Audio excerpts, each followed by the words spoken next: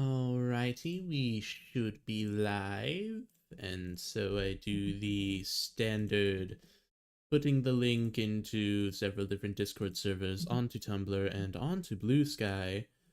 And then the standard gotta put the stream up on my chat reading device.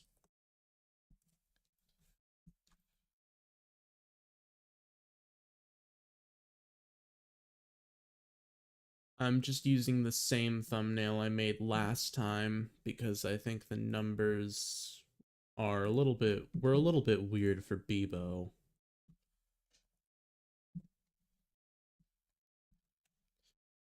Put it into the spiral roll.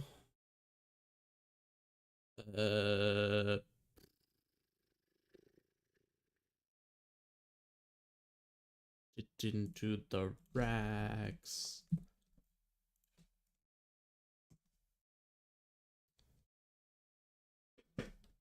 And put it up on the chat reading device. The device for reading chat.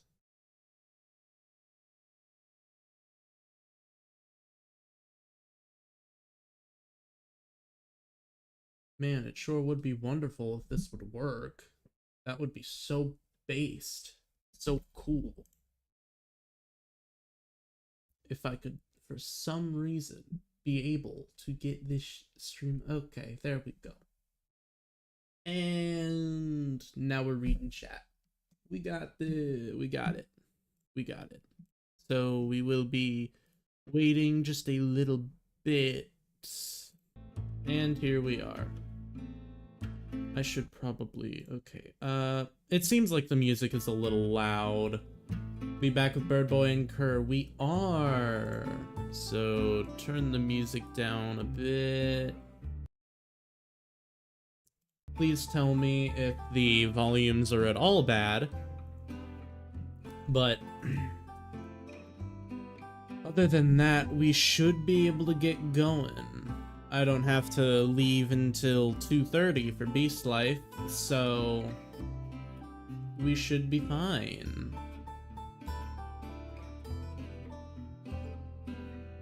And I would like to wait a few more minutes for more people to trickle in.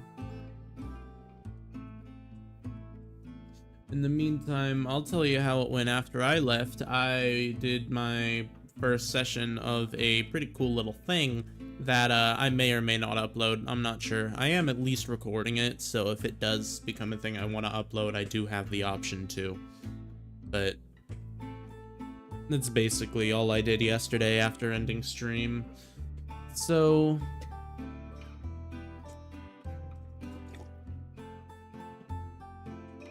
I'm not gonna have to take a break midstream like I did have to last time.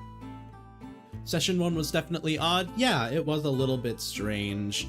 So, but I think it's going the right way. It is going a good direction, I think. So, I am not going to have to take a break like I did have to last time, because I already have a drink with me. It's a decently big drink. It's an American-sized drink. So, let's get into part 2 of Lookouts. Back with your horses, you made last-minute checks of your bags, ensuring everything was secure for the long trip back. 3 days from now. 3 days from now you'd be back. Both of you. Some part of you dreaded needing to start this journey, lingering on the feeling of standing here, not moving. So much had changed since you got here. Now you might be risking it all. Doesn't feel fair. The idea of losing something you only just found. Only just got the chance for. You shoved it down, though. The ride back was long. You didn't need that kind of worry gnawing at your heart. Pity for you, that every time you saw his face, even a glance as you checked your saddle, it all came rising to the top once more. Like a drowning man, pushed under the waves, breaching the surface again as he refuses to sink. I think I'm all ready. Me too. Joseph stood by your side now, waiting for you to turn and look at him. You contemplated just getting in the saddle, not lingering for longer than you had to. You felt the light touch of his hand on your shoulder, twisting, pressing your face now over his shoulder, arms clinging around his side. You were holding him before you could think. The gays! The gays! They're back! We love. Look at the little gays. Oh, I love them so much. Joseph said nothing. He did nothing too, for a moment, until you felt the weight of his arms on your back, tightly clinging to you. Your hand took a great fistful of his clothes between your fingers where they lay, and as you held him tighter, he squeezed you even more. You wouldn't care right now if he squeezed you hard enough to break a rib. Feathers on his neck tickled your face and poked your closed eye. You could feel the way his back bent as he leaned ever so slightly over you. You don't know how long the hug lasted, but eventually you let go.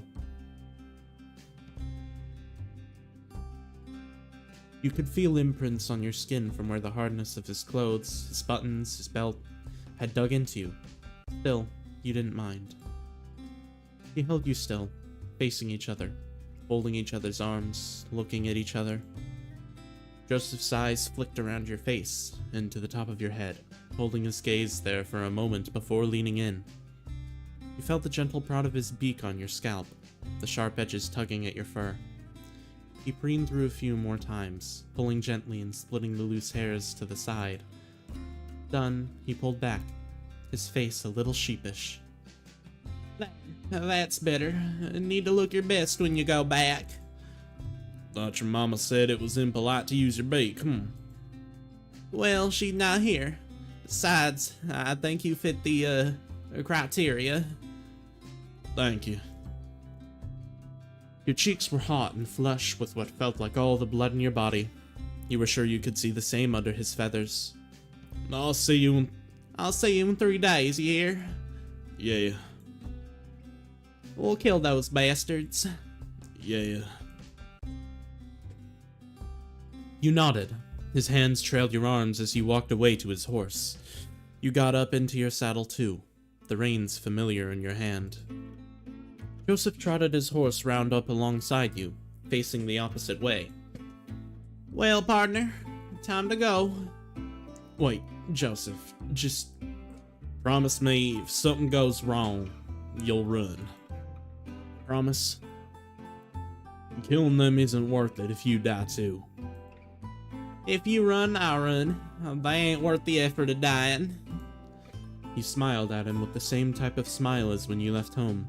Weak and worn, but relieved all the same. Goodbye, Kerr. See you soon, Joseph. You both started your horses moving, gently trotting until you were no longer beside each other. You heard Joseph give a caw, and his horse set off at speed, kicking up dust into the air when you looked behind you.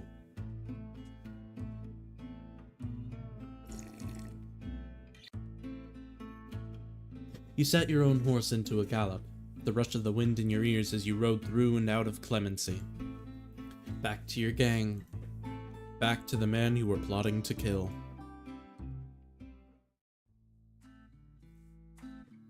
The midday sun hung harsh and bright in the sky as you made it back to the camp, you and your horse both tired from the ride. The current hideout of Curly Wolf & Co. was a ramshackle affair, nestled in the depths of rolling hills, hidden from the sight of any passerby. Riding slowly in, you climbed off your horse onto the sun-baked ground, and led it over to tie it up with the others. The smell of food wafted, but you could see people cleaning up already. You'd missed lunch. As you made to leave the horse, a sudden thought struck you, and you doubled back to scramble about in your bag. Where was it? You hadn't left it behind, surely. It's definitely the feather, right? It's the feather. The trickle of panic that started to leak into your chest thankfully stopped as your fingers felt the soft brush of what you were looking for. You pulled the feather Joseph gave you out of your bag, holding it closely to yourself. You let out a short gasp of a sigh. I fucking called it. Oi, tomboy! Your ears perked up and you stood up straight at the sound of Curly Wolf shouting at you. You hastily tucked the feather away in your pocket. You turned and made your way over to Curly, eyes down at the ground, avoiding the looks of the others. You know how things work around here, don't you, tomboy? Yeah. Curly grabbed a handful of your poncho, pulling you forward, stumbling, before roughly shoving you off your feet onto your back. You'd learned how to take a fall by now. You didn't scramble, you just let yourself lay in the dirt for a moment, waiting. Get up. You pressed your hand to the ground and got up, not too fast and not too slow. The others still got a laugh out of this routine, but you were too bored of it to be embarrassed anymore. If you know how things work, then I shouldn't have to punish you for not doing what you're told. When you come back, you come straight to me with what you found. You don't stand around playing with your little horsey. Yes, boss. Right. Come on, then. Spit it out. I found the town. A place called Clemency. Got some gold from mines, but no bank or anything like that. What would you say now? If Curly knew Sheriff was the only person there who even resembles a lawman, he'd just go barging right in. This lie was crucial. He couldn't catch you out. Place looked armed to the teeth. Even so, all the townsfolk had some way of defending themselves. No gun laws like other places. Well, shit. Was hoping it'd be a breeze. We need an easy win right now. We found out from the sheriff that the place is gonna be empty soon. You were focused on a hill in the distance, not daring to look directly at him. Still, on the edge of your vision, you could see Curly's eyes narrowed, staring at your face, studying it. Come. Overheard that they retrieve supplies from the town every so often, and the next caravan drive is in 3 days. The whole town is gonna be going, and it'll be empty and unguarded. The suspicion in Curly's eyes melted into a smugness, and a grin split his face from ear to ear. Hot damn, now that is an easy win. He turned his face away from you, shouting into the air of the camp. Boys, 3 days from now we're gonna be rich. He walked away and round the camp, kept talking, hyping it up, riling everyone up for what was to come. You didn't need to listen anymore. Your job was done for now. You went back to being invisible, staying out of the way. The usual.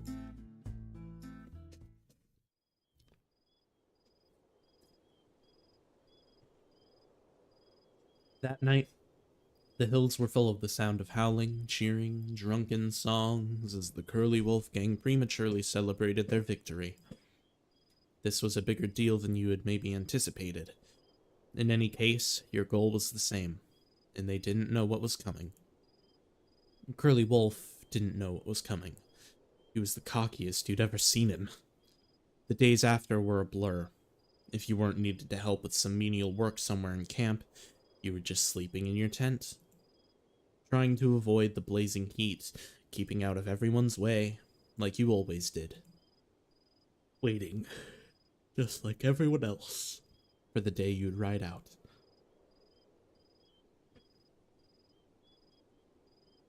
On the night before you were due to leave, you snuck out of your tent, out to where no one would see you. Away from the camp, the sounds of it echoing lightly through the air. You clambered halfway down a hill and sat. You didn't do this often. Who knew when someone might come to your tent needing to drag you away for something? You couldn't risk it often, being unfindable. But you thought it important enough to do tonight. To come out here and breathe in the cool night air. To stare into the sky across the horizon, at the blanket of stars in the sky. Trying to pinpoint constellations you were told about when you were much younger. You wondered if Joseph knew any. You didn't think about it at the time. The feather was in your pocket still, the safest place you could think to keep it. At night when the lights were out and the tent was filled with the sound of someone snoring, you'd hold it in your hand, flicking through it with the claw of your thumb, feeling the smoothness against your fingers, just for a bit, before you put it back. It helped you get to sleep. Again, now, while you were alone and sitting under the stars, you pulled it out of your pocket, fiddling with it in your hand, feeling it tickle the pads of your palm. Your mind wanted to wander, to think about important things, to think about all the ways tomorrow could go wrong, to think about what might happen to you both. You didn't let it. The feather helped, too. For once, you just let yourself be calm. You'll see him tomorrow. Until then, worrying would do you no good. You imagine that was the kind of thing he'd say to you, if you were here, sitting next to you. The imagined weight of his head on your shoulder, the thought of his warmth sidled up next to you. All the things you wouldn't feel again if you lost him. You'll see him tomorrow.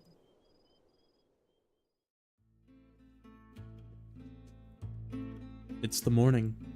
You're awake early. You didn't sleep much anyway, as much as you tried to. The sun was as bright as always coming through the yellowed fabric of the tent. You laid awake, waiting for others to get up, waiting for Curly Wolf. He'd start rallying guys together for the ride to Clemency soon enough. You needed to make sure you were there. The minutes ticked by. Sorry. And you heard more people get up, the camp coming to life once more with the sounds of work and talk. You got up and got yourself ready, sitting on your bedroll after and waiting more. Then the voice of Curly Wolf. "Alright, boys, gather around. We're heading to the town of Clemency this morning. And I need 10 or so men with me to haul valuables. It's around a half-day's ride from here. Who's coming to get our gold?"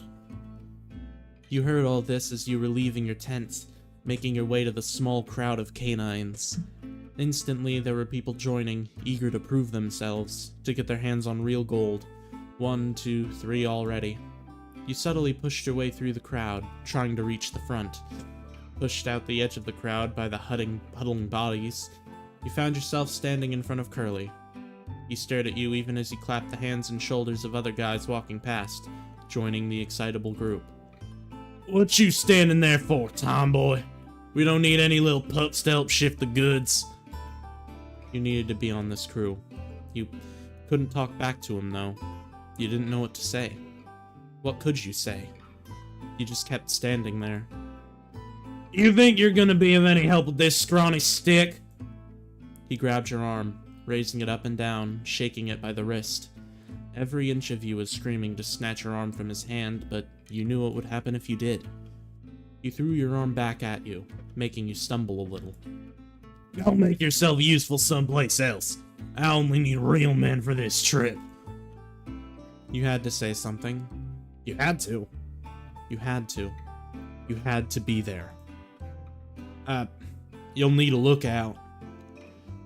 He was looking at the assembled group, doing a quick head count. "Alright, boys, that's 10. Be ready to move out in 5 minutes. He didn't seem to hear you. Your words were quiet, whispered. You tried again. "You'll need a lookout, Curly." His ears twitched. He still didn't turn to face you. "I heard you the first time. Stop yapping at me about bullshit." "We don't know when the townsfolk will be back. It'll be bad if they come back while you're there, and even worse if there's no one keeping an eye out. Y'all have your hands full already." You heard him sigh, and a little growl rose in his throat before it subsided into nothing. "Fine then, tomboy. If you're that eager to come, I suppose I'll have to let you. You're riding in the wagon. You don't need a horse." No, you didn't get that privilege when other people needed them, you supposed. The wagon was fine by you. You knew it was a punishment of kinds, that you'd be riding in it on the way back, too, along with everything else. Boxes and sacks and supplies and whatnot, all bumping about, hoping none of them fell over and hit you. Cramped space with nowhere to sit or lie, just standing for hours, waiting for it to stop. "Get a move on." You followed after Curly to get ready. Of course, what Curly didn't know was that you weren't going to be coming back here. Neither of you were.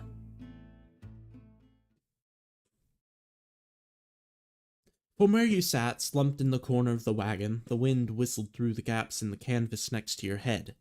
The edges flap, the wind ruffling your clothes and your fur, drying up your nose as you sit with your knees up. The wagon rocks and bumps as it's dragged by horse through the desert, and this corner is the only place you feel safe enough to stay. Sorry? You could at least keep yourself steady even as it tried to knock you about, clinging onto the wooden frame. Looking toward the entrance of the wagon, where the covering split down the middle, you couldn't see much. Or rather, what you could see were great clouds of dust billowing out from the wheels and into the dry air. As uncomfortable as the wagon was, at least it provided you shelter from the sun, unlike riding on horseback. The winds coursing past your ears were welcome too, cooling your head that was swimming with thoughts. You knew you were close to Clemency now. The entourage had been traveling long enough. As you got closer and closer, the minutes stretched on. You felt sick to your stomach. Less so butterflies, more like hornets. This was going to be it. This was what you'd been waiting for. Not just for days, but years, really. Chance like this.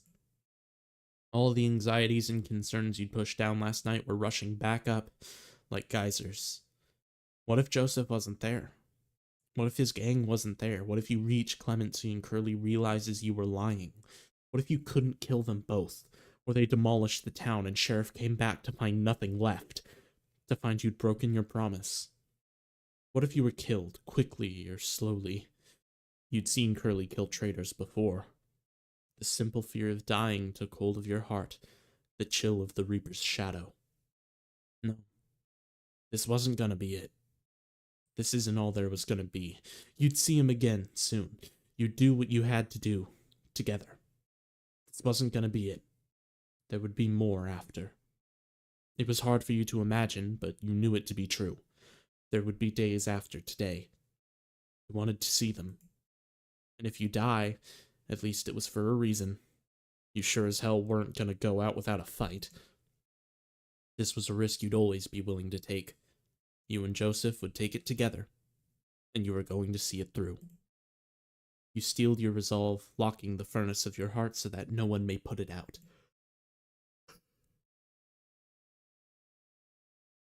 Every time I talk for prolonged periods, I just start fucking yawning. I'm pretty sure there's like a science thing behind that, but hell if I know. The rumble of the wagon started to slow. The rocking back and forth became gentler and gentler, until everything came to a stop with a small lurch. The constant motion that had been in your body was gone all of a sudden. Everything seemed impossibly still. Like when the many conversations in a bar all died down suddenly, leaving it quiet in a strange moment. You heard the thud of Curly jumping off of his horse, and crawled the floor of the wagon to the front. Curly came and opened the low wooden door, letting you slide out of the wagon and jump out. The light of the late morning sun was blinding, and you held your arm over your brow to shelter your eyes. As your eyes adjusted, the bright desert became clearer. Hazy rock formations in the distance became familiar. Walking around the wagon, you saw the shapes of buildings that set your teeth on edge. The town of Clemency. Here we are, boys. What a shithole. No one here, at least. We'll take what we're here for and leave sharpish. We won't know what hit 'em. Ain't that right, Tom boy? He slapped you hard on the back. There was an anticipation in the air amongst yourselves. This was the place they'd been waiting for. You'd been waiting for it too, but the anticipation was not one of eagerness. Even in your brief visit here, many things had happened. In some way, being back in Clemency was comforting. Despite that, you couldn't ignore the chill in your veins at the prospect of what will come next. There was no backing out now. It felt like those few times in the past when the fuse on a stick of dynamite had been lit, and you were still holding it. There was only going to be a few moments more until the spark reached the end of the wick. Curly started walking into the town, and you followed suit with everyone else, staying close behind him. Clemency was dead quiet, not a soul in sight, just like Sheriff said it'd be. You studied the town as you walked down the main street, peering through windows, drawing up plans in his head. Every building you walked past filled you with a little more fear. You were still waiting for something to happen, for anyone else to appear. Soon enough, Curly would want to get started for real and ask you where the gold was supposed to be.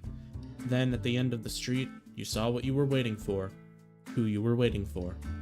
A hazy, clumped group of guys making their way up onto the main street from the other side of the town. As they got closer, it became clearer. The figure of a tall and slender bird, with many others in tow straggling behind him, much like you behind Curly. Curly stopped as he spotted the group too, staring them down.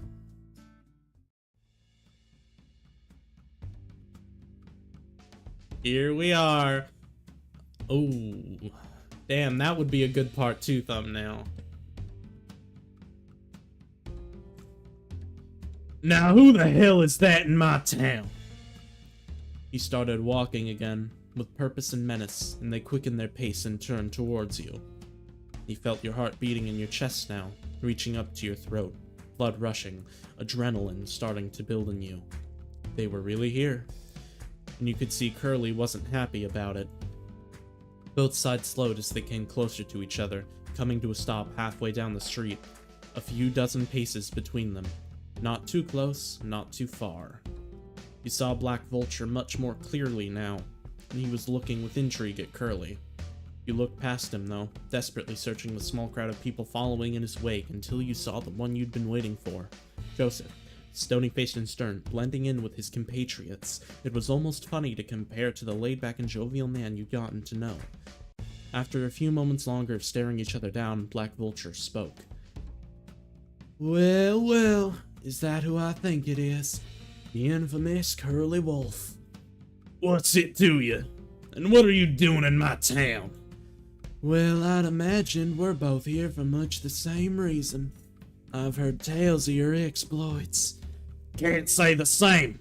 Who the fuck are you? I'm Black Vulture, gentleman outlaw of the... Doesn't ring a bell. The feathers of Black's neck clearly ruffled at Curly's rebuttal, but he waved it off. More fool you, I say. You here for the gold, then? Yes. And how strange that we might run into each other like this. I'm willing to bet you're not a Sharon man. Like I said, this is Curly Wolf property now, so you best go on and fly away. No, I don't think we will be, Curly. I think it would be a shame for so much gold to be wasted on scum like you. Should keep that highfalutin beak of yours shut lest you want the barrel of a gun inside it. Let us see then, Curly Wolf. To the victor go the spoils, and I intend to spill that tiny brain of yours across the dirt. Fine by me. Don't need much of brain to shoot you. This wasn't how you'd wanted things to go. You and Joseph were still in the thick of it, facing each other. You thought you'd be out of the fight. The air was still, hands came out to cover over guns, every pair of eyes trained on the opposite side, waiting. In a standoff like this, it was a test of the boss's mettle, their mental fortitude. How long would anyone last before pulling the trigger? Trying to psych each other out, being the first to take the shot wasn't always the best call, but having to react to that first shot could be worse. It was a test of loyalty, too, for everyone following them. Your underlings couldn't step out of line or take the shot themselves. To break rank early would be a betrayal. But when bullets went flying, it was unpredictable. Staying meant a risk to yourself. You knew Curly was a good shot. He had the upper hand here, but you were reminded of something Joseph told you. Black Vulture wasn't the shootist. He had someone else for that. He could brag, but he wasn't the real one. You thought about whether Curly should know. What do we have here? Okay, I don't know if keeping quiet... Okay, so if I keep quiet, then logically, that means that Curly could get blindsided. He's focused on the boss when someone to the side would take the first shot, a better shot than he. But if I tip him off, then he'll know not to look for the boss. However, he won't know which of the underlings it is. I don't know which one would be the most beneficial. I think keeping quiet is probably the best. No. It was better if Curly didn't know about the shootist. As dangerous as it was to leave someone like that hanging around during a fight, it was more danger to him. The seconds dragged on. It felt as though your very breath may tip the scales, chest heavy from breathing the air of people who wanted to kill you. There was a safety in numbers. In the crowd, even so, you found yourself for the first time thinking about running. Never before had you considered it. This time was different, of course. There wasn't going to be a next time. Running would tip the scales for sure, but you couldn't know in whose favor. Play it safe with the gang, or run and let all hell break loose. Run, or stay. What do we do here?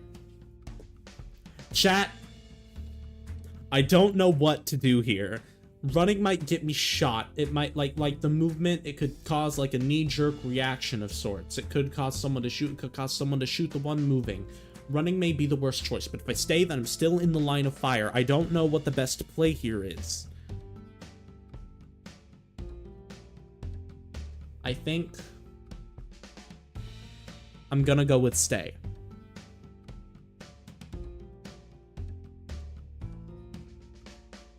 No, if you ran, you might make yourself a target. Better to stick with the gang till they scatter. Curly spoke up in a low voice, cast to those behind him. Watch and learn, boys. He flexed the wrist of his hand, holding it out before clutching his gun in its holster. You saw Black Vulture react in turn, reaching for his gun. Curly liked to play with his food, to show off. He waited for the moment Black grabbed his gun, the same, then quickly and expertly pulled it free, pointing it dead straight. He knew he'd always be quicker on the draw. The shot rang out, a bang that made your heart jump.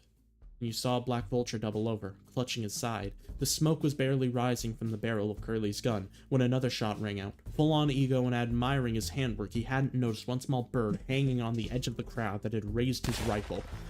Curly's face instantly twisted into a full-toothed cry of pain, eyes clenched shut, staggering back a step as he clutched at the side of his chest. Fuck! A moment passed before the crowd behind you dispersed, everyone running to take cover as the fight broke out. On the other side, you saw the same, the clump of figures, scattering like ashes to either side of the street. You couldn't see where Joseph went, and you couldn't afford to hang around as more shots were fired. Curly was struggling to move, and he turned to see you still standing there, alone. A bullet whizzed by, striking ground. He gave you a look and slumped over onto you. One arm slung over your shoulder, much of his weight bearing down on you now. You had no choice but to help carry him out of the street, knees shaking as you walked as quickly as you could. Your compatriots fired a volley of rounds down the street, providing you enough cover to drag your bleeding boss between two buildings. He was heavy on your neck and wobbling as you walked together, his stride still outpacing you as you tried to keep up and push him along. You kept walking through the long clump of houses that lined the main street, pushing through to the other side where it gave way to a hill. At a corner that led out of the shade, he rested against the wall, lightening the load off of you as he craned his neck to check if the way was safe. Again, without a word, he re-slumped onto you, and you walked around the corner together. Curly used the house as his support too now, bloodied hand dragging across the walls as he used you to drag him ever forward. Gunshots continued to ring out, bouncing through the alleys and streets next to you. The acrid I'm gonna kill myself. The acrid smell of gunpowder grew stronger, even as your nose was full of the scent of Curly's sweat-laden fur. You stumbled along this back path a little more before Curly's weight on you suddenly became crushing, like gravity itself had become stronger. The full weight of Curly lay on you for a moment before your knees buckled and he slid off with a grunt. He threw out a hand trying to catch himself, scraping it on the wall of the house as he fell, coming to sit in the dirt. He sat with his back flat against the slatted wooden wall, one hand reaching across to grasp his side so hard you could see the tendons. The other hand clutched his gun, finger resting next to the trigger. He breathed slowly and heavily through gritted teeth, staring out over the edge into the rest of town, across roofs and into the desert. His ears twitched with the pop of guns around you, seeming to come from every direction. This was the best chance you were going to get, you thought. He was so vulnerable looking. Some part of your mind, though, said you couldn't. You can't kill him. Something will go wrong. He's a hurt and cornered animal right now. Staring real hard at me there, tomboy. Worried I'm gonna croak on you? Don't. I'm not going anywhere. You could feel the weight of your gun in your holster as you shifted on your feet, space where your hand needed to be to grab it. Curly fidgeted about, like it was impossible for him to get comfortable where he was, before giving up and sitting crooked. We'll hide out here for the time being. The boys will take care of things. You're not much good in a fight, but you're better protection than nothing. Some of Black Vulture's lot might come this way, so keep your eyes peeled. You gently unholstered your gun, letting it dangle on your fingers by the handle. You didn't want to stick around. You didn't know how the fight was going. You didn't know if Joseph was alright. You were just wasting time, standing here, with this bastard bleeding on the ground next to you. Just shoot him. That's all you had to do. Just shoot him and be done with it. You've killed people before. He deserves it more than most. And still, you can't bring yourself to do anything. Your ears prick up. You hear the sound of someone running this way, thudding fast against the dirt, and look up. You swing your gun up hastily, ready for whoever's coming your way. You don't see anything for a few more moments until a bird comes running out, looking around frantically. It was Joseph, panting, holding a shotgun in both hands, and as he looks your way and his eyes land on you, they light up like the brightest fireworks. Ah, shit, there's one! The glint of Curly's gun shone in the corner of your eye as he moved, arm crossing his body, pointing upward. Joseph's eyes widened, pupils becoming pinpricks, trying to turn tail and run as he saw Curly take aim. It was all so quick and felt like an eternity as you yourself lifted your gun, aiming directly at Curly's hand as it steadied itself. Before doubt and fear could take a hold, he squeezed the trigger and saw his hand explode.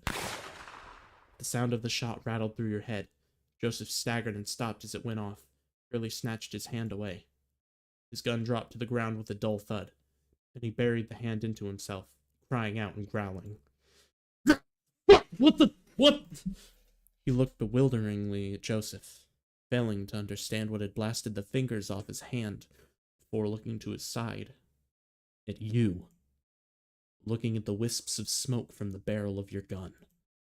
You felt yourself panting heavily, hands shaking, in fact your whole body shaking with adrenaline. You heard the thump of footsteps again and looked up to see Joseph run over, slowing as he neared you and Curly.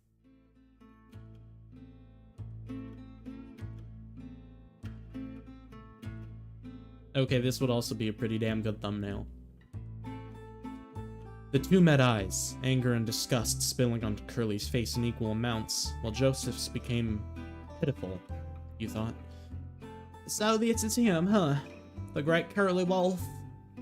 Joseph came down from your eye level, crouching to Curly, studying his face. All makes a little more sense now. Found yourself a little buddy, did you? You won't stick around. I can see it in his eyes. Shut your trap, Curly. Anger flitted across Curly's brow, but he wasn't stupid. He knew he wasn't getting out of this situation. He was as good as dead. You really are two peas in a pod. Traitors and cowards who just run from everything. His breaths were haggard, his throat hoarse and harsh, holding on out of spite more than anything else. Whatever he told you, promised you, tomboy, it's not real. I know people like that when I see it. When things get tough, he'll leave. He'll run, like all the other times. Or will you run first? You might say that's not so, but I know you're a liar. Always have been. Should have known you'd betray me sooner or later. Saw it in your eyes all those times. Never liked you. God, that voice hurts to do. It is a damn good one, though. Do you even know his name? Joseph regarded Curly coolly, but his anger wasn't concealed by the sharp spite in his voice or the clench of his jaw. Does it matter? What's a name, anyhow? If I call someone and they come, that's their name. Answer the question. Do you know his name? Curly squinted up at Joseph, the sun shining in his face. You and Joseph's shadows cast up the wall beside him. No. Course I don't. What? The deafening blast of Joseph's shotgun cut him short, and you flinched away, averting your eyes from the peppered red mess of his chest. You followed the momentum of your flinch, turning around, gazing out across the hill and down into the town, breathing in and out. You heard one last breath of sorts behind you, a gurgle of blood from the mouth, and the rustle of clothes as he fell limp. Wrong answer. Cur? You gingerly reached a hand behind Adam, tugging at his shirt when you found Purchase, pulling yourself in. The gaze! His arms caught you as you took a weak step toward him, returning his embrace as he held you close, your heads over each other's shoulders. There was a pit in your stomach, making you nauseous. Closed your eyes as you breathed in, focusing on his smell so close to you. Are you all right? Are you hurt? I'm fine. I'm fine.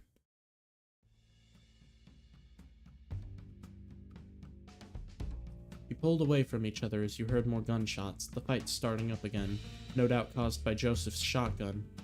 We need to get somewhere safe. Wait for this to blow over.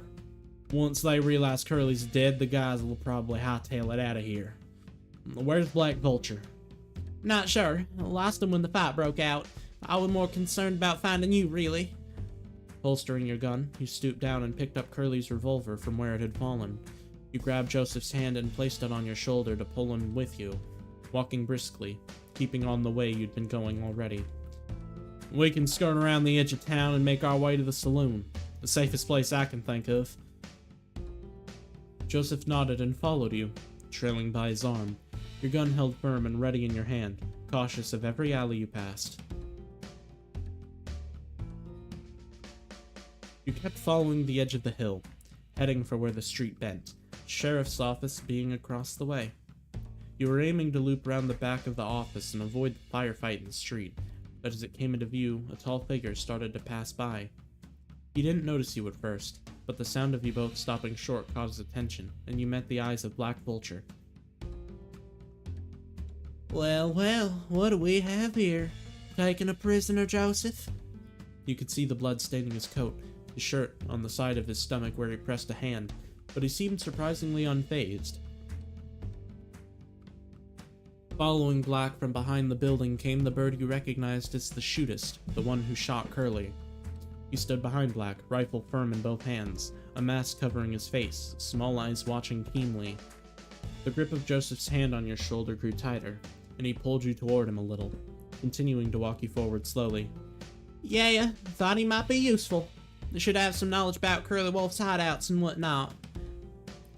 Black grunted, hunching over but now standing taller, his crooked neck raising his head above you. Always so quick on your feet, Joseph.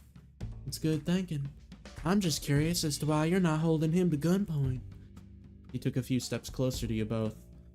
Or indeed, why I had to take a bullet for your actions. My actions? You ran.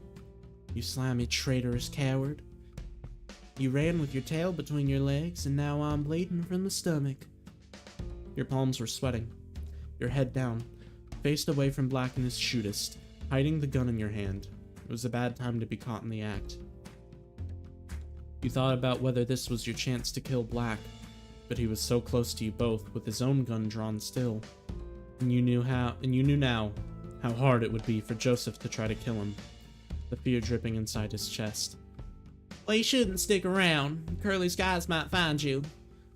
You dared to look behind you, look at where they were standing, but you saw in Black's eyes you'd made a mistake. The glint of a gun in your hand, hidden and now revealed as you twisted your body ever so slightly too much. Joseph must have seen the connection too, the spark of realization in Black's eyes. He swung his arm suddenly toward Black, bashing him upside the head with his shotgun and knocking him to the ground with a grunt. The shootist, even while watching closely, was caught off guard, and though he readied his rifle quickly, you had already been looking at him. You aimed the revolver at his head and fired a shot clean through. His mask flew off, twisting in the air. As the shootist fell, his dying trigger finger squeezed enough to let loose a final shot from the tilted rifle.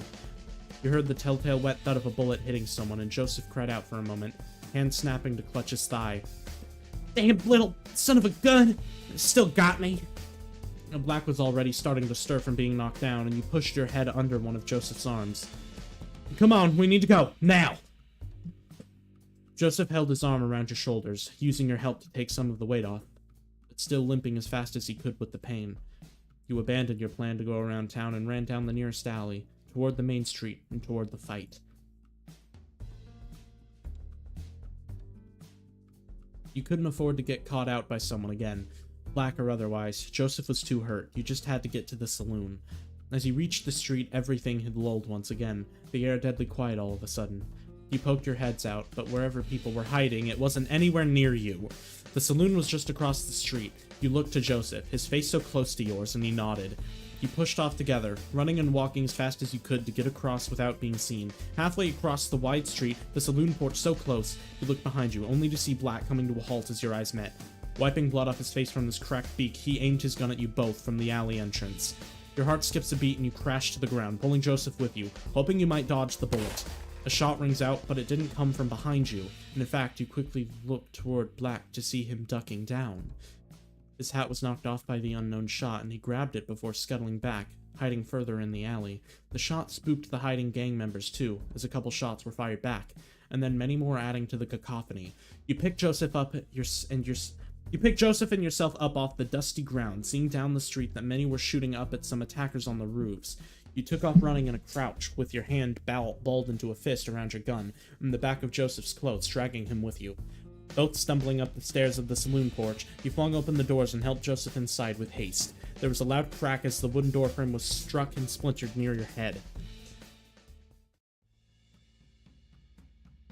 As you turn and slam the doors shut, you see Black pull away from aiming at you, now having to reload. With the doors shut, your eyes adjusted to the dimly lit interior, the sun not quite shining in the same as last as you were here.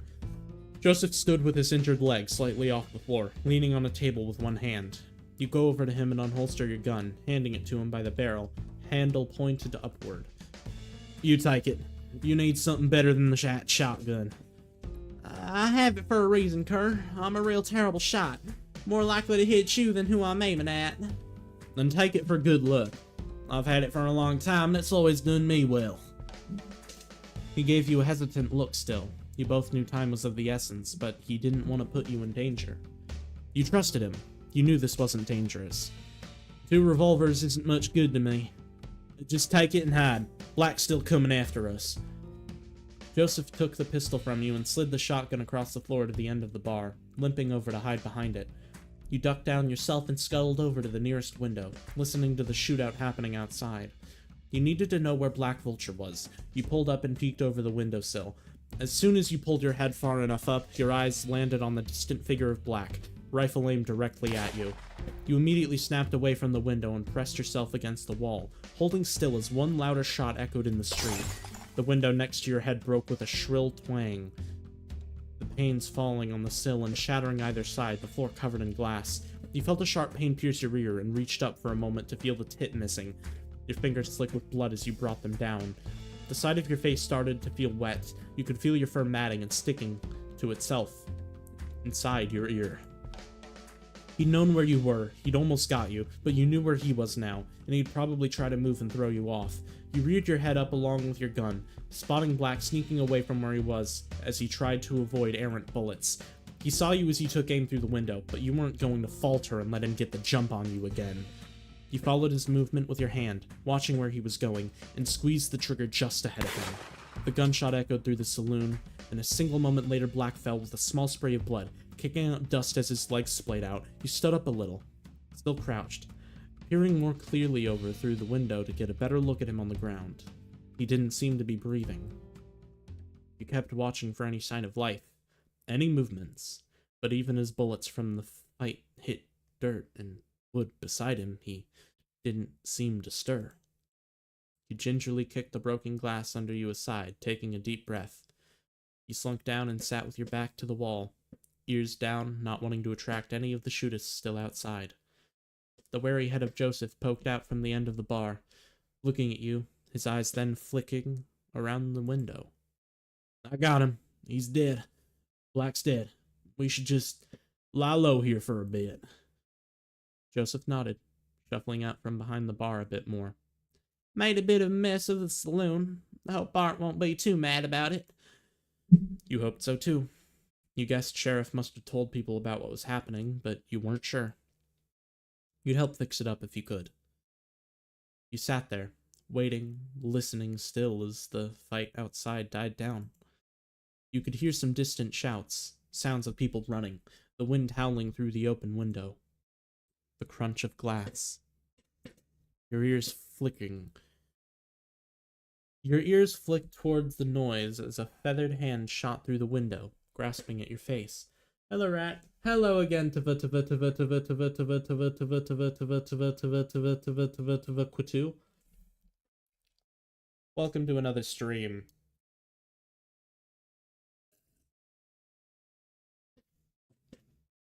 I'm on that visual novel grind. Your ears flicked towards the noise as a feathered hand shot through the window, grasping at your face.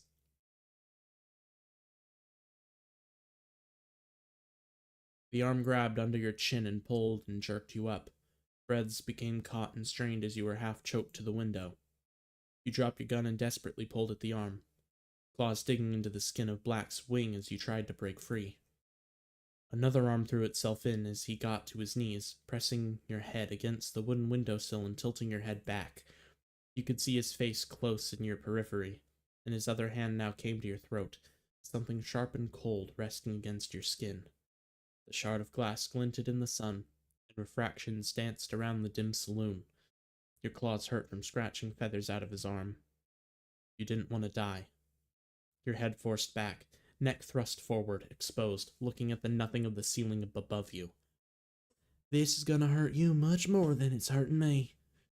The words brushed past your ear. You felt the arm move, the glass start to prick into your skin. A loud bang went off, reverberating around the room and vibrating deep in your body for a moment. You fell to the floor. Sorry I couldn't make the last stream watching Team Tide finale. No, that's fair. I mean, I'm aware that if I end up streaming at a time where a popular life series thing is going on, I'm not going to get many viewers. I mean, I am primarily a life series channel after all. Those are like all my videos. That's like the main people who watch my shit. So yeah, it's understandable. You crashed into the shattered glass beneath you, twisting to look up at the window, running your hand along your throat with subsiding panic.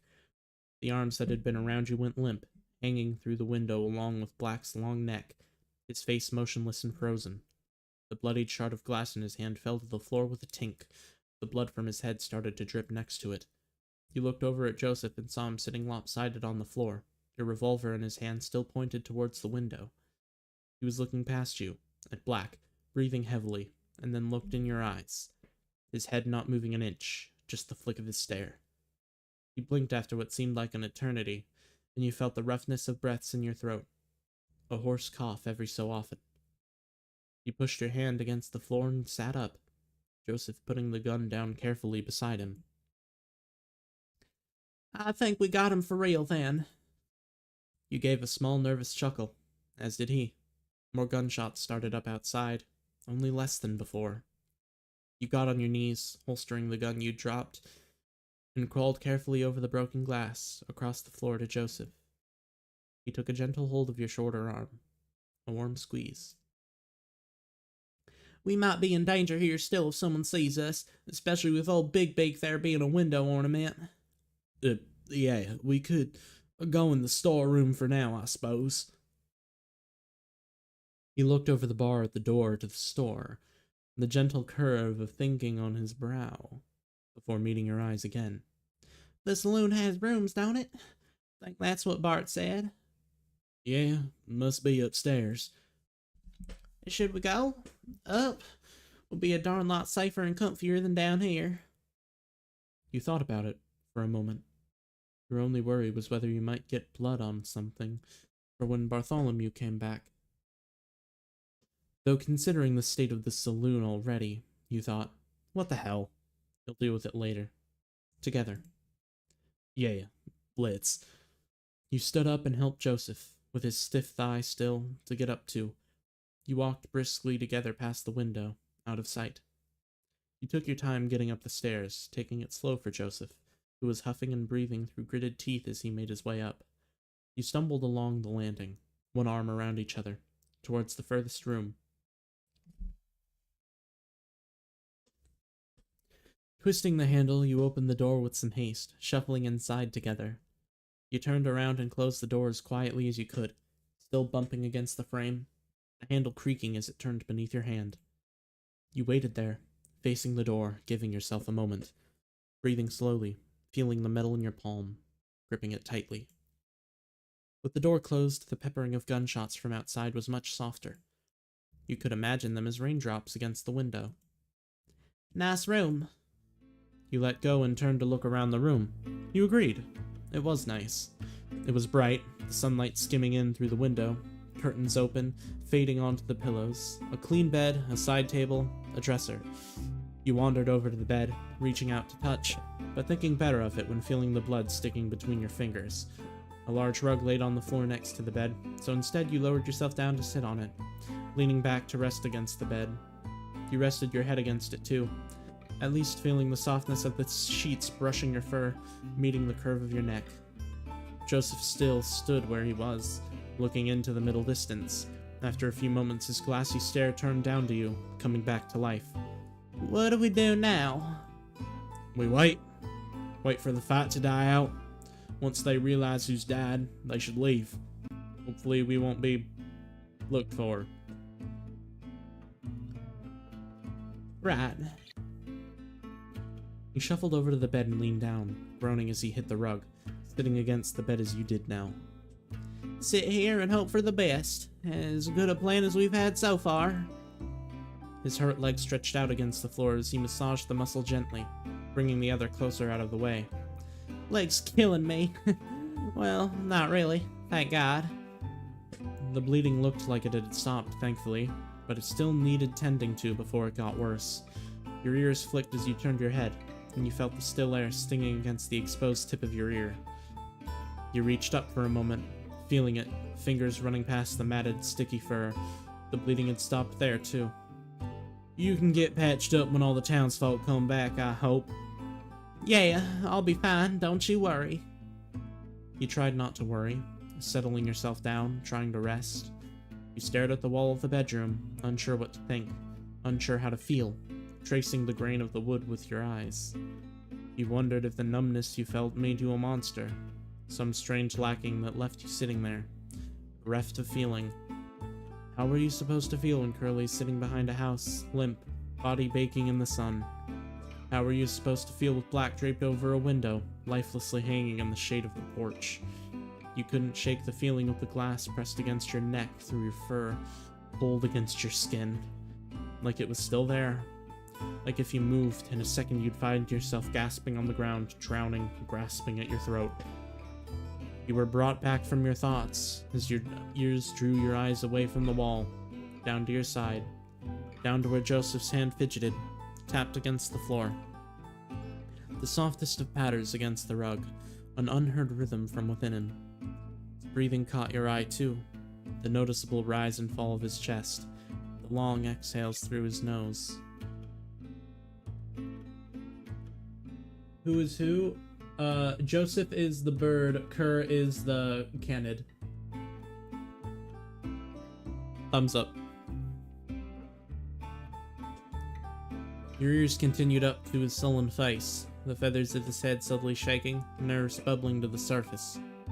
You looked back down to his hand and found yourself reaching across, reaching out to take hold. Joseph jolted as you touched him, his hand almost reflexively jerking out of yours. As it came back to the world, he looked down. He relaxed his arm when he saw, squeezing you a little and letting you steal his hand away into your lap.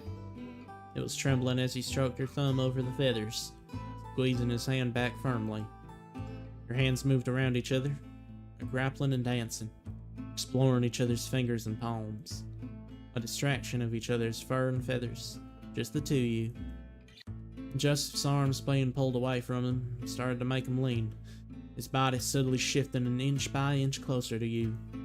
He started to tilt, and his head tilted too, laying on your shoulder with a comforting heft of weight.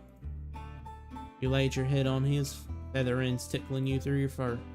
He untwisted his arm into a comfier position, keeping it near. You took a hold again, holding the back of his hand, digging your fingers in between his, intertwining. Now you are both still. Only the small movements of getting comfortable disturb you. Hands fidgeting together. We're alive, huh? Did we really do that? Nah, there's no way.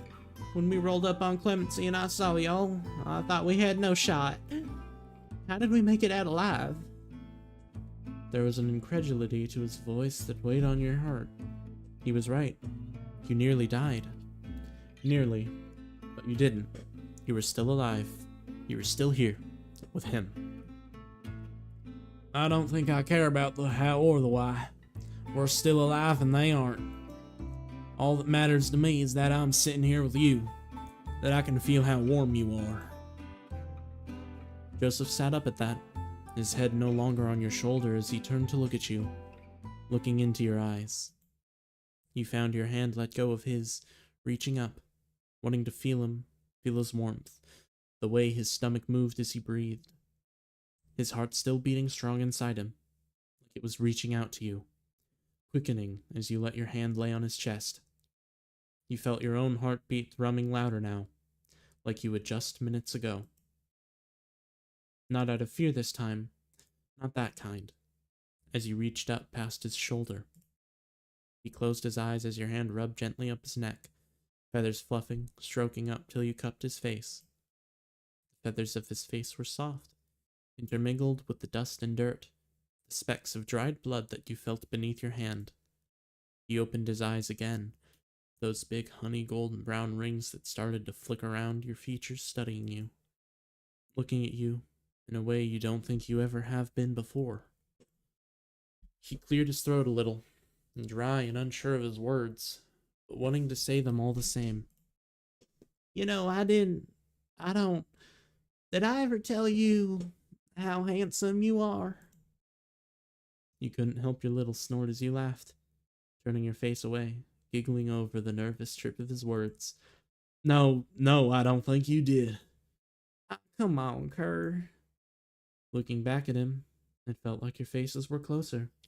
Your laughter subsided, cheeks starting to warm as the sweetness of his words trickled into your thoughts like honey.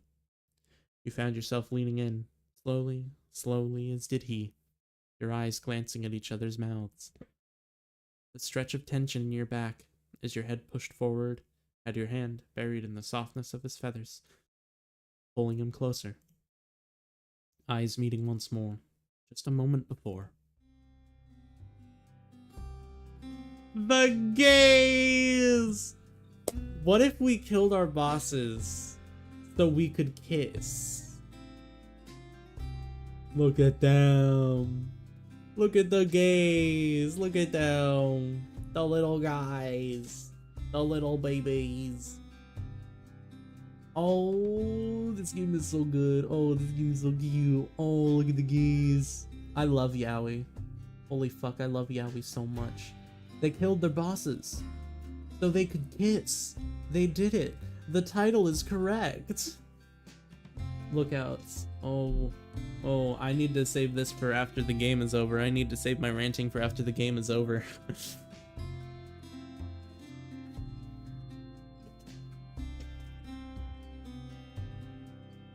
Your faces met.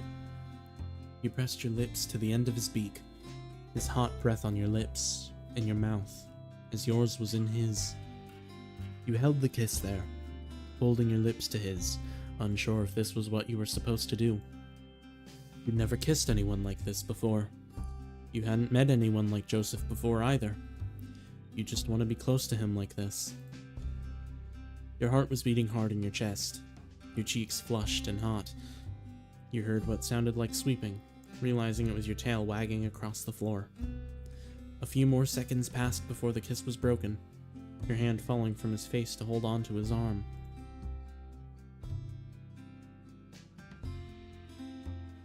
You looked at each other, with quivering breaths. You could feel the strong rhythm of his heartbeat in your hand. A big, gracious smile spread across Joseph's face. You matched it with a more sheepish one, embarrassed still despite everything. Guessing you never kissed someone with a beak before. No, I haven't. Or anyone without one, for that matter. Well, if that really was your first time, I got nothing to complain about. I'd just say it was a very mammal kiss. Oh, really now? Do educate me. You have a lot of lip to it. Birds can't do that so well, you see, so we tend to kiss a little differently. Your face warmed even more, your ears burning as he leaned in closer, talking softly. Let me show you.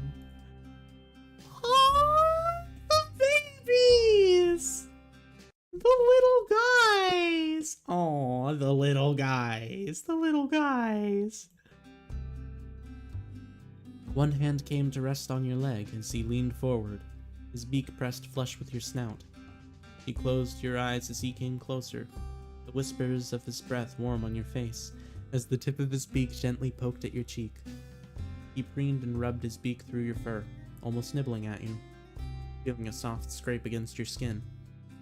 Joseph's affections continued against your cheek, the feathers of his face close to your nose, smelling of sweat and tobacco. He nuzzled through the fur of your face a few moments more, before rubbing his beak all along your snout as he dipped his head back.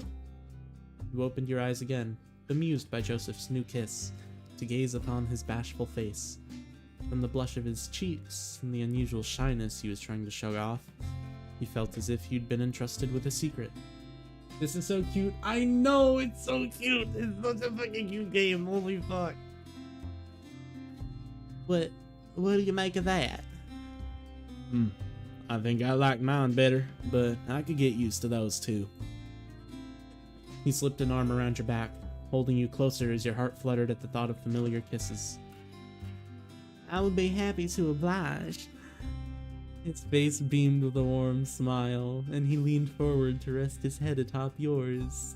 You reached your hand across him and grabbed his other hand, pulling it into his lap, keeping you all close like a bundle of sticks, letting your mind focus on him, feeling his hand squeeze your side firmly, squeezing his other hand back, listening to his breathing, to the small shuffles of his clothes, to the faint beat of his heart in his chest. Your ear flicked around a little as you heard something else, some subtle noise you wanted to ignore, focusing on the warmth of Joseph. The fight in the street seemed to be over. No longer could you hear the muffled shots, the pops or bangs or cracks that split the air. What you could hear now, though, were rhythmic thuds, distant and soft but growing louder by the second. It was footsteps, first at the stairs but now coming along the landing, coming closer. You sat up sharply, knocking Joseph in the chin a little, as you heard one of the doors open and then close. Whoever it was checking the rooms. Joseph sat up as he took note of the noises as well, realizing the same as you. Someone was looking for you. Or at least, someone was looking for stragglers. Your hand snapped to your gun and pulled it from the holster, aiming it square at the door. You heard more doors open and close. Whoever it was would be here in just a few seconds.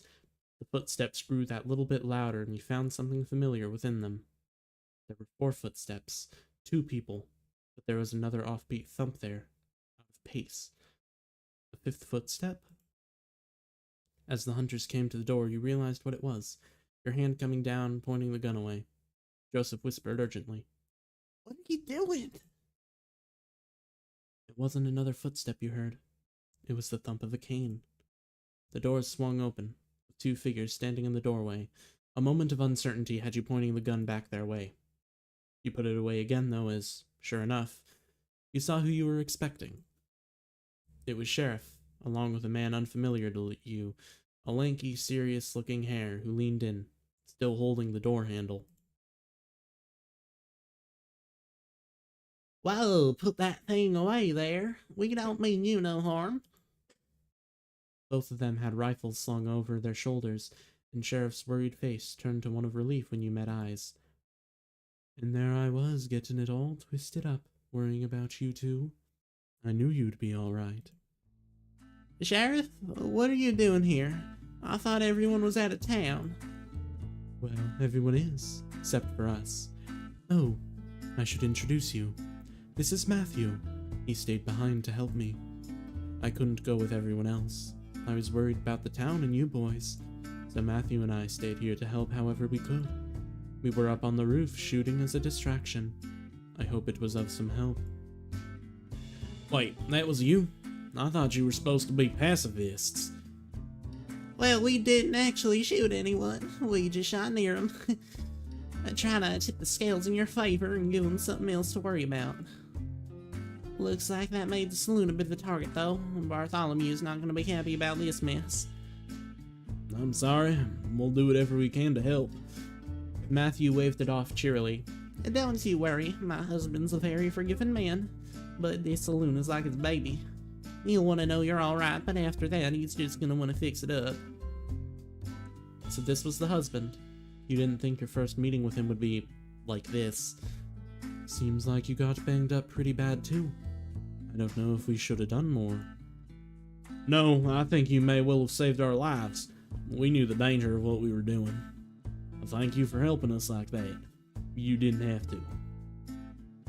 Yeah, thanks. We owe you one. Don't mention it. We'll ask for your help when you're better, but right now you need some seeing to. Lucky for you, the town doctor's here. Where? You're looking at him. Ah, sorry. Nothing to apologize for. We've all had quite the day. What happened to everyone else? Excuse me? Another sip.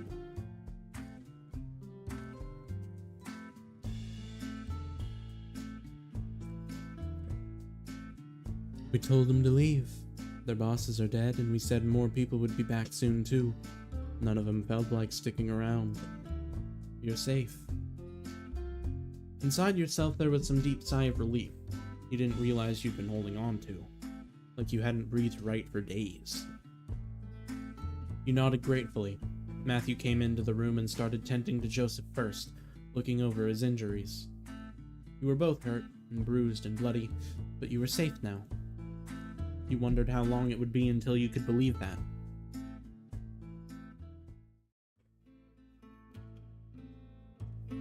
You're not sure if you knew back then, or when you realized that you'd carry the scars from that day for the rest of your lives. You and Joseph were put up in separate rooms at the saloon by Bartholomew, who insisted you stay so that Matthew could treat you both.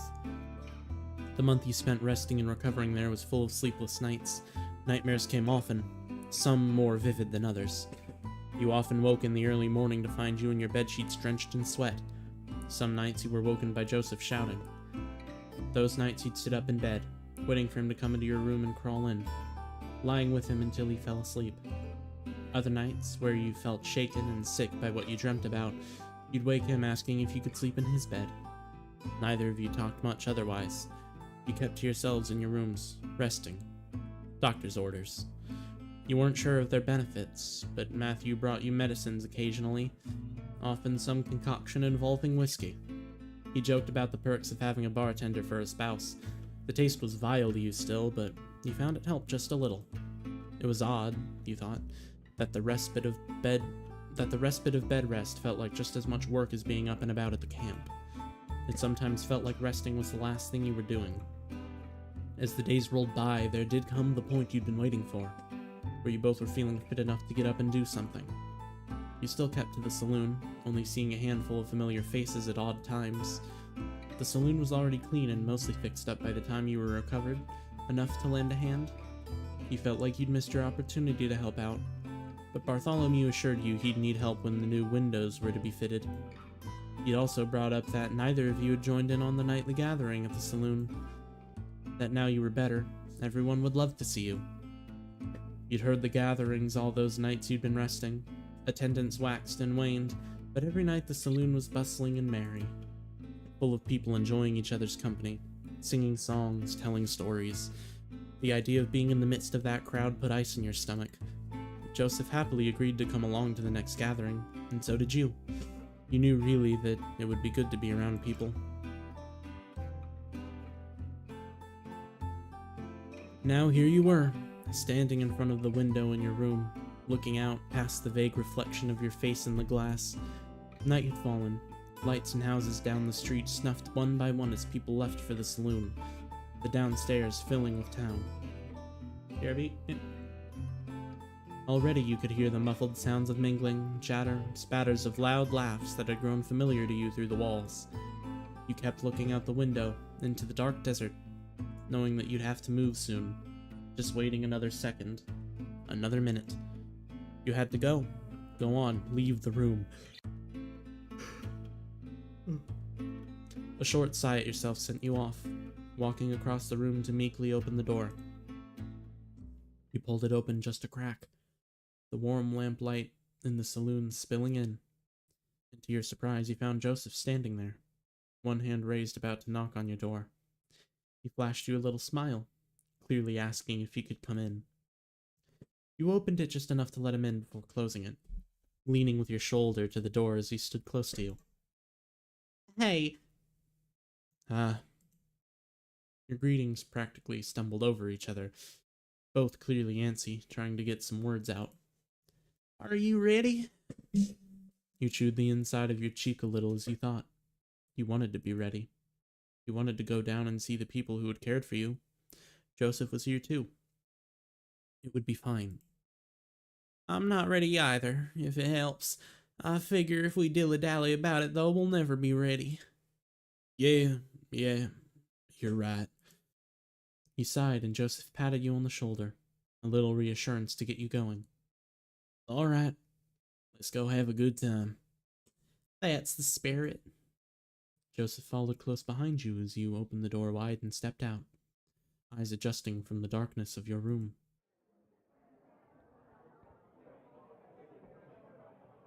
He closed the door as you left, and you walked along the landing together, down the stairs, looking out over the disparate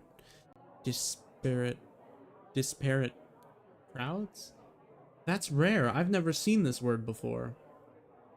I'm sure I've heard it, but I've never seen it. Disparate. Noted down. Clemency was a small town, but with so many packed into here, it felt like even the busiest of bars you'd glanced inside of before. As you neared the bottom of the stairs, you heard a voice call out. Bartholomew. Fuck, which one's Bartholomew? Which voice is Bartholomew? I don't remember Bartholomew's voice. I don't remember which voice I gave Bartholomew. God damn it. Okay. So,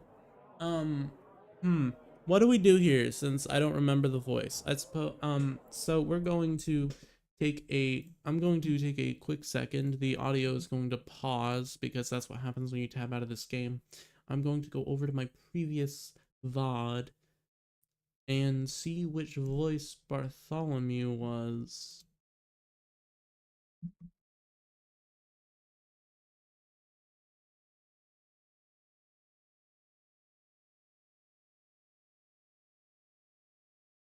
Which character was Bartholomew? Bartholomew's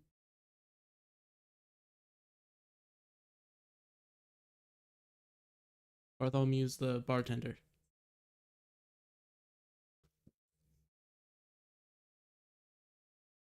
Okay, so it's just my standard voice, but in the accent.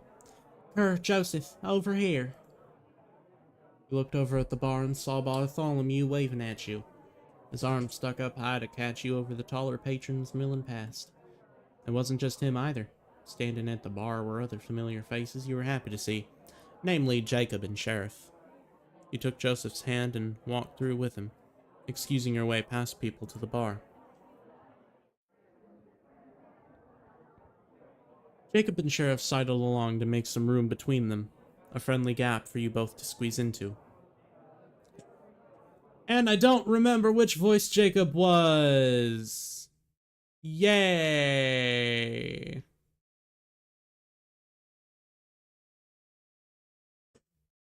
Okay, so we're doing the same thing I just did. What voice did I give to Jacob? What is Jacob the Turtle's voice?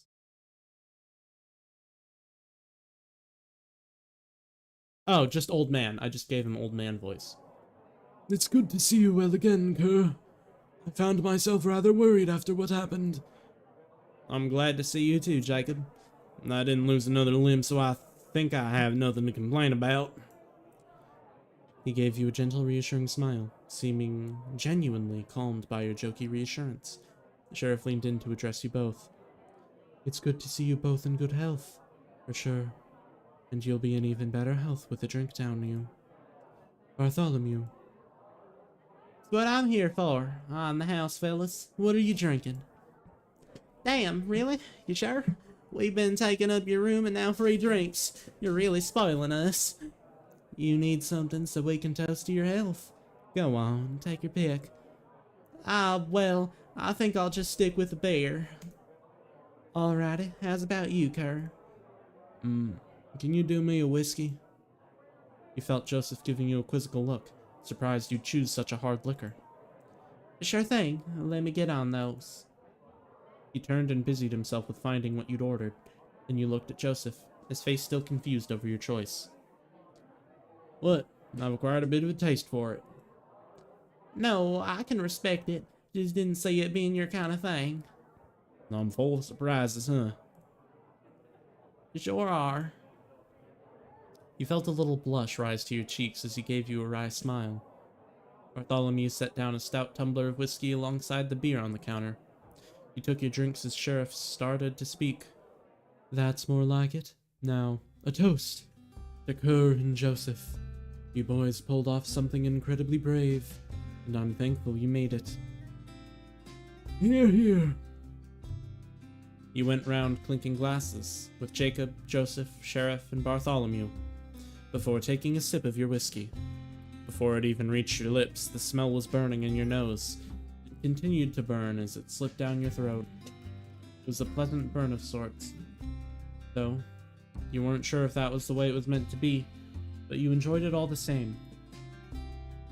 So, boys, I don't know what your plans are, now you're all fixed up, but I thought I'd take the moment to ask if you'd like to stay in Clemency. I really think you'd fit in here. It's just an invitation, mind you. No need to give me an answer now, but just think about it for me. You and Joseph glanced eyes for a moment, both humbled and blindsided, unsure what to say. Why did the question leave you gripping your glass, fidgeting your thumb over the rim? Wasn't this something you wanted? Thank you, Sheriff. That's a very kind offer. We'll have to sleep on it, I think. Not a problem. Just a suggestion, really. Don't mind me none. The truth be told, I can't say we have much in the way of plans as of now. Yeah, no, I haven't. We've not really thought about what to do next. That was the honest truth. All you'd focused on was getting away from Curly, out from under his shadow. Now you were free. You could do anything, and yet you could think of nothing. A tightness took a hold in your chest. If it isn't my favorite patients. Matthew came wandering over to the bar and greeted you both with a beaming smile. Great to see you up and at it. All thanks to you, Doc. Oh, you're too kind. I'll drink to that. He took a swig of the beer he held, as did Joseph in kind. I'm setting up a poker game right now, so thought I'd wander around and see who's game. I'll join in. Alrighty, I've already got another guy as well, so you just need to leave one more person. You able to sneak away from the bar hunt? He spoke past you to Bartholomew, who rolled his eyes. I admire your tenacity, Matthew, but I'm not gonna join in on your poker no matter how many times you ask. Alright. Can't blame a man for trying. Joseph caught your eye and gave you a look to ask, "Do you mind if I go?" To which you nudged him encouragingly with your elbow. I'm game, if you're prepared to lose. Oh, that's fighting talk. I should have known you'd be up for it. Come with me to the table. Joseph gave your arm a gentle squeeze before he grabbed his beer, and headed with Sheriff towards the back of the saloon. You watched him disappear in the throng of people before turning back to the bar, just left with Jacob and Bartholomew. Not a gambler then, Jacob? Oh, heavens, no. Not that I have any particular objection. I'm just terrible at it. I have to say my poker face is quite dire. You chuckled at that, certainly seeing how it could be the case. Your eyes turned down to your drink, small talk dying away, staring into the clear liquid that streaked the glass as you rolled it around your near hand. Were you a whiskey drinker now? You couldn't have foreseen that a month ago. Nor could you have foreseen before that you'd meet Joseph, that you'd end up here, having left the gang, Curly gone. Thinking back on it, it felt like you were always going to be under Curly's thumb. What else was there for you? That was going to be your life until the tides of fate swept you elsewhere. You didn't think you'd ever have a chance like this. Now you have the chance to choose your life, Everything is still just as hazy. What comes next? I know that look. He turned your eyes up to Bartholomew as he put his elbows on the bar, leaning in with a friendly, knowing demeanor. That's the face of someone with a lot going on in the upstairs. That, or there's something very interesting in the bottom of that glass. You thinking about what Sheriff said? Yeah, it's just, I don't know. What are your plans now? You must have some idea of what you want to do. I can't say I do. I've not thought about it, I guess. You know, you don't have to stay in Clemency. You could go anywhere, really. Oh, yes, I would say I agree. Oh, wait, no, that's Jacob. Oh, yes, I would say I agree. Traveling is an incredible way to learn, and to discover what kind of man you are. What? Oh, hold on, I think something's going on.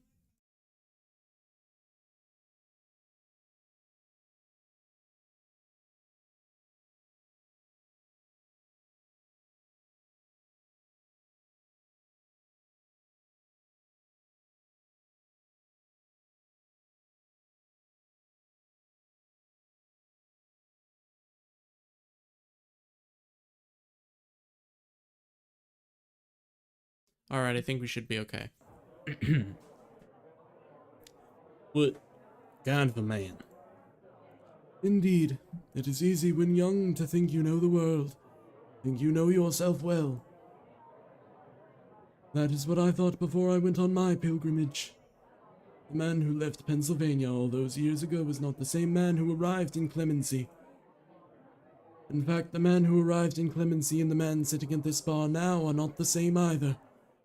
Convening with your fellow people gives a great deal of clarity and substance to your character. Is the stream still up? Yeah, the stream's still up. Just people in the garage. And I don't know how sensitive my microphone is, so I don't want to accidentally dox anything. I think I see what you mean. You knew what he meant, of course. You'd run with Curly for years now. Who you were when you left home and who you are now are strangers to each other. You weren't sure, if that person from years ago met you now, that you'd be someone you wanted to know. It's not just yourself either. You can learn a lot about someone else from traveling with them. Me and Matthew learned so much about each other on the trail, both the good and the bad. And I don't think you really know someone till you've had to share the same bed for weeks on end. It could be good for you and Joseph. Maybe. You could feel your cheeks turning red. Joseph had talked about riding east before, but that was more like running away at the time. What Bartholomew said stuck in your head. Do you even know Joseph? Do you really know him? You thought you did, but really you've only just met. You don't really know that much about each other. While you may feel things for him you never have anyone else, and you've gone through hell and high water to be here together, is that enough? Is that a reason to stick together? Do you want to know who he is, or do you want him to know who you are? You have no idea what the future holds. You have no idea about anything. You don't know Joseph. He doesn't know you either. You don't even know yourself. Tar was welling up in your chest, coating your insides, making you heavy. Breathing deep, tapping your fingers on the bar. It's too warm in here. God, it's too warm in here. I have to turn off my air conditioner every time I stream because it makes my audio all fucked up. You know, the way air works and buzzing noises when you're trying to stream. It's too warm in there. It's too warm in my fucking room, so at least that's relatable. It's too warm in here. Too many people. You need some air. You feeling alright, Kerr? His words snapped you out of your thoughts, but the feelings remained. You nodded subtly. Yeah, I think I'm gonna go outside and get some air. Giving them both a weak smile of reassurance, you left your drink on the bar and stepped away, passing strangers to head out the doors. Memories of feelings not unlike the ones you were harboring now. As you stood at the top of your climb on a familiar cliff, Hold on. Adjusting my seat and taking a drink.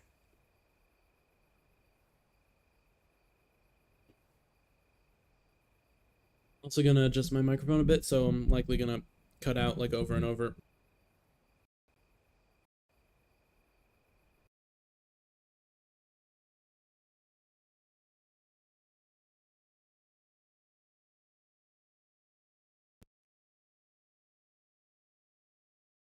Please, this always happens when I move my microphone. Please, please come back. Please. Please let me use my actual microphone. There we go. All right, we should be good again. We should be okay. I had to adjust my microphone when I adjusted my seat. I apologize for that. You took slow, deep breaths of the night air, filling your lungs, clearing your head. You wandered over to the cliff edge and gazed over the town, the light of the saloon stark against the inky dark. The desert was quiet, save for the whistle of wind carrying the chirp of insects. You crouched down and fell on your... And when I move it, my microphone like, the USB, the wire is really fucking loose, so I can't really move it a lot without the microphone disconnecting. So I do apologize. I do apologize for that. Did we... It's like I was only alerted to it when I heard like the USB disconnected sound. Did we lose any particularly important scripting? Because I'm putting my seat back to normal. Yeah. I do apologize. Why are you feeling like this? Why are you so worried? Why are you so scared? What's wrong with you? Shouldn't this freedom you have now be a good thing? Why does it feel like everything is about to come crashing down around your ears? What about Joseph? Sweet Joseph that you made a promise with. You let out a heavy sigh. You didn't expect to be weighed down with so many thoughts tonight. This was supposed to be a celebration. Now you were up here, away from everyone. Many contradictions running through your mind. That's always been your answer to things. Running away. The only time you didn't was because of that promise. How stupid can you be to choose to fight, and then want to run away from everything you were fighting for? You'd probably run away from yourself if you could. You just wish you could answer why. You sat for a little while. The wind up here was still a pleasant breeze. It blew past your head, cooling your warm ears, taking small grains of sand with it that floated off the cliff. Not thinking about much at all as you looked out into the night, at the distant dark blue silhouettes of hills. Howdy, stranger. What brings you out here? You were drawn from your trance by Joseph's voice all of a sudden. You were so out of it you hadn't even heard him approach. You turned and looked up at him. He was standing a few paces away, his beer in one hand, your whiskey in the other. Mind if I join you? You nodded at the ground, letting him know he could come sit. He walked over and lowered himself carefully to sit next to you, keeping the drink steady. He held your whiskey glass out to you by his fingers, and you took it as he put it on your palm. Thanks. No problem. So like I said, what brings you out here? You absent-mindedly scratched the side of your glass with a blunt claw as you thought of your answer. I just needed some air. Yeah, it was a little stuffy in that saloon. If you ask me, we did Bartholomew a favor breaking some windows. Air out the place. You giggled a little at that. He was good at making you feel better. How are you always so charming? It seems to come so easy to you. He looked a little bashful at that comment, scratching his head, unsure what to say. I don't know. I just picked it up over time, I guess. Helps get you out of fights and whatnot. Yeah, that makes sense. You feeling alright? Didn't say anything when you left. Sorry, I didn't want to bother you during your poker game. You thought about what you wanted to say, but so many things vied for your tongue, everything swelling up inside you, chest fit to burst. You didn't know if you could admit how you were feeling to him. It almost felt too personal. It felt wrong. It felt harsh. I feel strange. That's the simplest way I can put it. He looked at you a moment, eyebrow cocked, unimpressed. Lay it on me. Huh? Lay it on me. I want to know what you're thinking. I know you got stuff on your mind you ain't telling me. You blew through your lips with a sigh, thinking about whether you should. He was right after all. You don't have to hide how you feel anymore. If you were honest, you didn't want to keep hiding it. I'm scared, I guess. I don't know what the hell I'm supposed to be doing. What I'm gonna do next. Everyone at the saloon was asking us about plans, and I realized I don't have any. I didn't think that far ahead. Now we're here, I don't know what to do. I feel like an animal that's been let out of its cage and gotten lost in the wilderness. But what are you scared of? What's the worst that could happen? I don't know. That's why I'm scared. What if I do the wrong thing, make the wrong decision? And what if I decide to settle down in Clemency like Sheriff said and I don't like it? Where would I go? I've had so much of my life wasted running with Curly. I don't want to lose more of it to bad decisions. I made too many of those. I don't want to waste my life either. We can make those choices together now, though. We can turn over a new leaf. I know we could, but I'm worried about you too. I was talking with Jacob and Bartholomew and I realized I don't know you. I don't know anything about you. You don't know me either. Joseph's face was solemn. He just stared into your eyes like he was trying to unpick some meaning from your expression. I've done horrible things, Joseph. So have I. I don't know that I like the person I've become after Curly. I don't trust myself. You did what you needed to stay alive. You don't have to like it. You were growing frustrated with his rebuttals, like he wasn't listening to you. You twisted your body round, one leg up, facing him head on. I love you, and I'm scared of hurting you. I'm scared that the man who could hurt Curly is the same man that could hurt you. I'm scared that if we really knew each other, we wouldn't be here in the first place. The wind whistled in your ears. Joseph's face was still. Eyes squinted a little, contemplating your words. A few moments passed before he'd opened his beak to speak. I love you too, and I'm not scared of you. I want to find out who you are, and hope I have the courage to let you find out who I am. I'm scared as all hell too. I know what you mean. Now that I'm free of the gang, I don't know what to do with myself. All I know is I want to be with you. Maybe we'll make bad choices, but who cares? You helped show me I don't have to live my life in fear, Kerr. I think if we're scared, it means we have our heads screwed on right, but it doesn't have to stop us from living. We can make whatever mistakes we want. We can stay in Clemency forever. We can go travel in the country. I don't give a hoot. Tonight ain't the night to worry about the rest of your life. Whatever happens to us, if I can kiss your face at the end of the day, then everything will be alright. A great wave of relief washed over you as Joseph spoke. You didn't realize how much you'd needed to hear that from him. A kiss and a prayer? He laughed. Yeah, on a kiss and a prayer we'll be just fine. Story of our lives, huh? He leaned in and pecked you on the cheek, bringing a blush of warmth to them that even the night breeze could not cool. Seems pretty good to me. Hey, come on, let's get on back down there and have a good time. I think someone said they were gonna dust off that old piano and play us all a tune. He made to stand up, but you reached out, placing your hand over his. Wait, is it alright if we just sit here a little longer? Then we can go down. It's a nice night is all.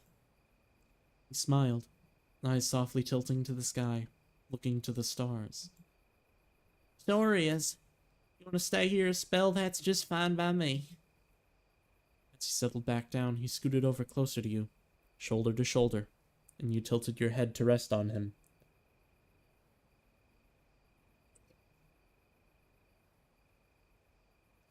You slipped your hand into his, and he held yours tightly, squeezing back between your fingers.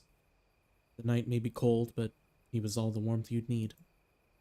You've spent so long looking out for yourself, looking out for people who didn't care about you.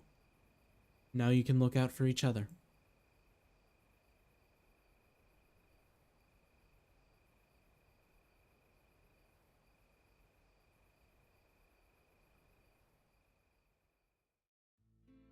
The end, huh? Well, isn't that charming? Come on, roll them credits, baby! Programming and narrative, Hockey, Paranoid Hawk. My life is yours. Art and character design, Colin Coldoggo. My life is yours. Music, Jamie at Fake Gamer Comics. My life is yours. Sound effects, free sound effects from VestlianStudios.com, Still North Media, freesound.org users, IanM_56, Kangaroo Vindaloo, TRP, underline designs. My life is yours. Our wonderful beta testers, Mike at Nenakiri_Dragon, Claw at Claw Polish, Basil at Basil Kuna, Mint at Jellycores, Gunsparse at Actually a Gun. My life is yours. All our love to our friends and family and partners who supported us and made it possible for us to make this gay little game. You mean the world to us. Less than 3.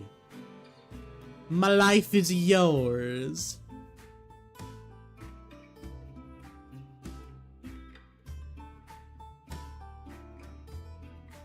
That's the end. Thank you for playing Lookouts. This has been a huge project for both of us, and we're super proud and happy we've been able to share it with you after so long. If you enjoyed the game, please leave a comment or rating on itch.io, Twitter, whatever. We love hearing from people about their time with the game. If you'd like to support us so we can keep making games, you should check out the paid Gold Edition. It's only £5 and $6.50 on itch.io. The Gold Edition comes with a bunch of stuff like the full soundtrack, loads of original art and doodles, wallpapers for desktop and mobile, and a development art book. Once again, thank you for playing. From the bottom of our hearts, you can click the button that'll pop up on the next screen to restart the game. Less than 3, Hockey. Well, Lookouts. What a good game. Now I have to find another fucking visual novel to play. The art style is so cute. I know! The art style is amazing! I am going to look at these guys' see if they have like other work that I think I could stream. If not, I'll just doom scroll on itch.io for a little longer. But yeah, wow, what a good fucking game. Holy shit, this is cute as fuck.